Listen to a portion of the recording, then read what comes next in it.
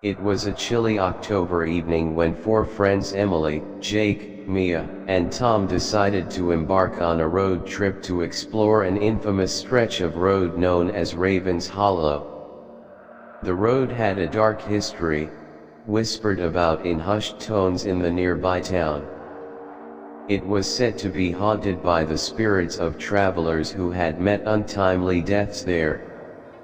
The allure of a spooky adventure was too tempting to resist. The group piled into Jake's old station wagon, laughing and joking as they set out. The sun dipped below the horizon, casting the world in shades of gray. Raven's Hollow was a winding path through dense woods, the trees twisted and gnarled like skeletal fingers reaching for the sky. Fog rolled in, thick and suffocating, shrouding the road in an eerie haze. "This is perfect," Mia said, her voice trembling with a mix of excitement and nervousness. She gripped her camera tightly, ready to capture any paranormal activity. As they drove deeper into the woods, the atmosphere grew heavier. The only sounds were the crunch of gravel under the tires and the occasional hoot of an owl. The car's headlights barely penetrated the fog, creating an otherworldly glow. Emily, who sat in the passenger seat, glanced at the map on her phone. "We're almost to Dead Man's Curve," she announced. The name sent a shiver down everyone's spine. The curve was notorious for fatal accidents, and many believed it to be cursed. When they reached the curve, Jake slowed the car to a crawl. The road seemed to narrow, and the trees pressed in closer. The air felt colder, and an unnatural silence enveloped them. Suddenly, the car's radio crackled to life, though no one had turned it on. Static filled the air, followed by a faint, whispering voice. "Did you hear that?" Mia asked, her voice barely above a whisper. "It's just interference," Jake said, though his knuckles were white as he gripped the steering wheel. The others weren't so sure.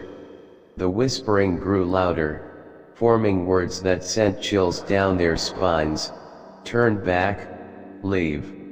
Emily reached for the radio dial to turn it off, but the knob wouldn't budge. The voice continued, now a distorted wail. The headlights flickered, plunging them into darkness for a heartbeat before coming back on. In that brief moment, Mia screamed. "What is it?" Tom asked, twisting in his seat to look at her. There was someone standing in the road," she stammered. "A woman in white."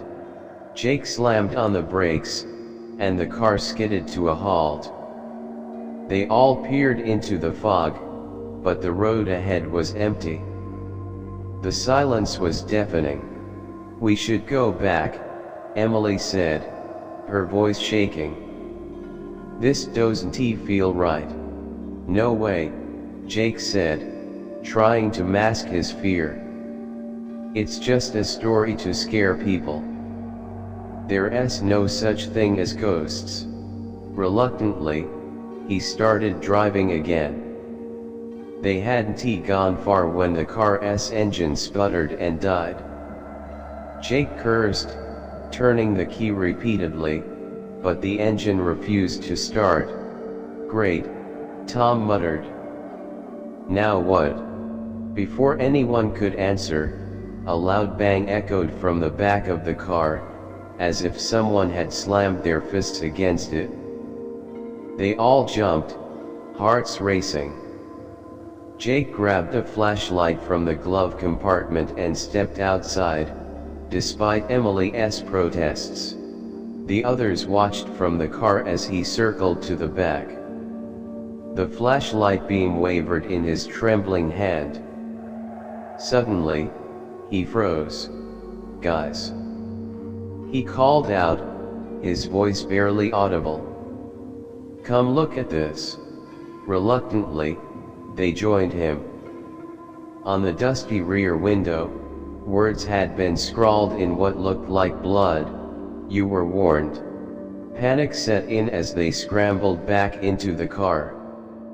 Jake tried the ignition again, and miraculously, the engine roared to life. Without a word, he floored the gas pedal, speeding down the haunted road. As they drove, the fog seemed to thicken, and the temperature inside the car plummeted. The woman in white appeared again, standing in the middle of the road. Jake swerved to avoid her, but the car spun out of control, crashing into a tree.